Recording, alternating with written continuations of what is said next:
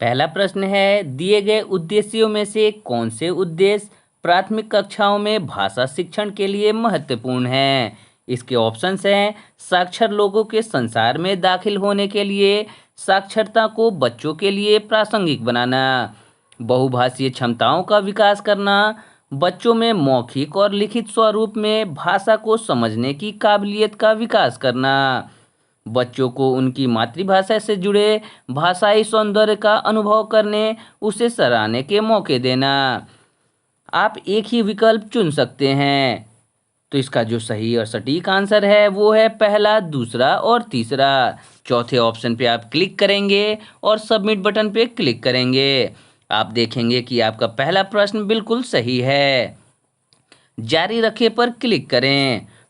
दूसरा प्रश्न है, प्राथमिक कक्षाओं में भाषा शिक्षण के सिद्धांत कारगर भाषा शिक्षण पर जोर देना से क्या तात्पर्य है? आप एक से अधिक विकल्प चुन सकते हैं। कौशल आधारित पद्धति और अर्थ आधारित पद्धति पर साथ साथ काम करना, निम्न और उच्च स्तर के कौशलों पर साथ साथ काम करना। तीसरा ऑप्शन है, बच्चों को ध्वनि वर्ण के संबंध और ध्वनि चेतना पर साथ साथ काम करना। चौथा ऑप्शन है, बच्चों को अलग अलग तरह के अर्थपूर्ण संदर्भ देकर पढ़ाना लिखाना। तो इसका जो सही और सटीक आंसर है वो है पहला और दूसरा। आप इन दोनों पर क्लिक करेंगे और सबमिट बटन पे क्लिक करके देखेंगे तो आपका ये भी आंसर बिल्कुल सही है। जारी रखें पर क्लिक करके तीसरे प्रश्न की तरफ बढ़ेंगे। तीसरा प्रश्न है, शुरुआती कक्षाओं में कारगर भाषा शिक्षण के लिए किन आयामों पर काम किया जाना जरूरी है? इसके ऑप्शंस हैं, ध्वनि चेतना, फोनिक्स, शब्दावली, पठन प्रवाह, अर्थपूर्ण पठन, मौखिक भाषा का विकास, पढ़ने लिखने से जुड़ा ज्ञान, साहित्यिक ज्ञान, विश्लेषण के साथ पठन, जिंदगी से जोड़कर किसी लिखित सामग्री पर पढ़ पाना। तो इसका जो सही और सटीक आंसर है वो है ऑप्शन सी, सभी। सभी पर क्लिक करके सबमिट करेंगे। उसके बाद जारी रखें पर क्लिक करके चौथे प्रश्न की तरफ बढ़ेंगे।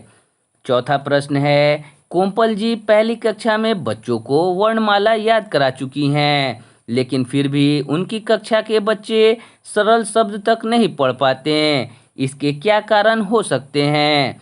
आप एक से अधिक चुन सकते हैं। पहला ऑप्शन है, बिना अर्थपूर्ण संदर्भ के वर्णमाला याद कराना बच्चों को पढ़ने में मदद नहीं कर सकता। वर्णमाला अपने आप में बच्चों के लिए अर्थपूर्ण नहीं है। वर्णमाला याद करना और डिकोडिंग कर पाना दो अलग अलग कौशल हैं। वर्णों को पहचान कराना बच्चों को शब्द पढ़ने में मदद करता है। तो इसका जो सही और सटीक आंसर है वो है पहला, दूसरा और तीसरा। इन तीनों ऑप्शन पर क्लिक करके आप सबमिट बटन दबाएंगे तो आप देखेंगे कि आपका ये भी प्रश्न बिल्कुल सही है। पांचवा प्रश्न है, नकुल जी दूसरी कक्षा में GRR सिद्धांत का इस्तेमाल करना चाहते हैं। उन्हें किस क्रम में इन शिक्षण प्रक्रियाओं का इस्तेमाल करना चाहिए? स्वतंत्र पठन, मार्गदर्शन के साथ पठन, सह पठन, मुखर पठन। तो इसका जो सही आंसर है वो है 4, 3, 2, 1। आप इस पर क्लिक करेंगे और सबमिट करके आगे की तरफ बढ़ेंगे। छठा प्रश्न है, राधिका जी पहली कक्षा के बच्चों को वर्ण समूहों में हर वर्ण अर्थपूर्ण संदर्भ में सिखाते हैं। यह किस तरह के शिक्षण का उदाहरण है? आप एक से अधिक विकल्प चुन सकते हैं। ऑप्शंस हैं, आकस्मिक शिक्षण, अंतर्निहित शिक्षण, योजनाबद्ध और मुखर शिक्षण, आकस्मिक और अंतर्निहित शिक्षण। तो इसका जो सही और सटीक आंसर है वो है ऑप्शन सी पे क्लिक करके सबमिट करेंगे तो आपका ये भी प्रश्न बिल्कुल सही है। जारी रखें पर क्लिक करके सातवें प्रश्न की तरफ बढ़ेंगे। सातवां प्रश्न है, प्रियंका जी के अनुसार प्राथमिक कक्षाओं में सुनने बोलने की कौशल का विकास करना उतना जरूरी नहीं है जितना लिखने और पढ़ने का। उनके इस विचार से आप सहमत हैं या असहमत? आप एक ही विकल्प चुन सकते हैं। इसके ऑप्शंस हैं, सहमत क्योंकि सुनना बोलना बच्चे घर से ही सीख कर आते हैं, असहमत क्योंकि सुनना बोलना कौशल पढ़ने लिखने के कौशल से जरूरी है। तीसरा ऑप्शन है सहमत क्योंकि सुनना बोलना बच्चे खुद सीख लेते हैं लेकिन पढ़ना लिखना नहीं। चौथा ऑप्शन है असहमत, क्योंकि सुनना, बोलना और पढ़ना लिखना चारों कौशल का विकास आपस में जुड़ा है। तो इसका जो सही आंसर होगा वो है ऑप्शन डी। डी पे क्लिक करके सबमिट करेंगे तो आप देखेंगे कि ये भी आपका प्रश्न बिल्कुल सही है। आठवां प्रश्न है, सुरेश जी पहली कक्षा के लिए भाषा शिक्षण की साल भर की योजना बनाना चाहते हैं। आप उन्हें सबसे पहले क्या सुनिश्चित करने की सलाह देंगे? ऑप्शंस हैं, पहली कक्षा के लिए सीखने के प्रतिफल पढ़ें, पहली कक्षा के लिए भाषा शिक्षण के मुख्य आयाम, उनसे जुड़ी मुख्य क्षमताएं का चयन करें, पहली कक्षा के लिए सही गतिविधियां छांटें। तो इसका जो सही आंसर है वो है ऑप्शन दो। ऑप्शन दो पे क्लिक करके आप सबमिट करेंगे।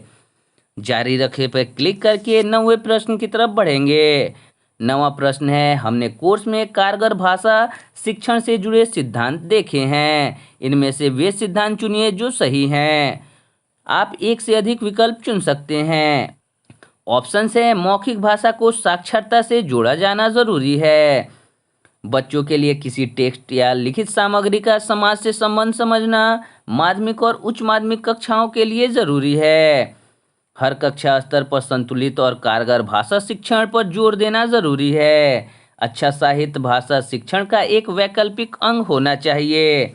तो इसका जो सही आंसर है वो है पहला और तीसरा। इन दोनों पर क्लिक करके आप सबमिट पर क्लिक करेंगे तो आप देखेंगे कि आपका ये भी आंसर बिल्कुल सही है। 10वां और अंतिम प्रश्न है, आप यहाँ सुनीता जी द्वारा बनाई गई ब्लॉक योजना देख सकते हैं। इस योजना को बेहतर बनाने के लिए आप इसमें से क्या बदलाव करना चाहेंगे? ब्लॉक 1, ध्वनि वर्ण संबंध सीखना 30 मिनट। ब्लॉक 2, अक्षर जोड़ना शब्द बनाना सीखना 30 मिनट। ब्लॉक 3, डिकोडिंग से जुड़ी गतिविधियां करना 30 मिनट। इसके ऑप्शन है, हर रोज हर ब्लॉक में अलग अलग भाषा आपस में जुड़ी गतिविधियां कराई जानी चाहिए। दूसरा ऑप्शन है, हर रोज ब्लॉक में एक ही आयाम से जुड़ी गतिविधियां कराई जा रही हैं। यह योजना सही है। हर रोज निम्न और उच्च स्तर दोनों पर काम किया जाना चाहिए था। तो इसका जो सही और सटीक आंसर है वो है पहला और तीसरा। आप इन दोनों पर क्लिक करके सबमिट पर क्लिक करेंगे तो आपका 10वां प्रश्न भी बिल्कुल सही है। जारी रखें पर क्लिक करेंगे तो आपका ये प्रश्नोत्तरी समाप्त हो जाएगा।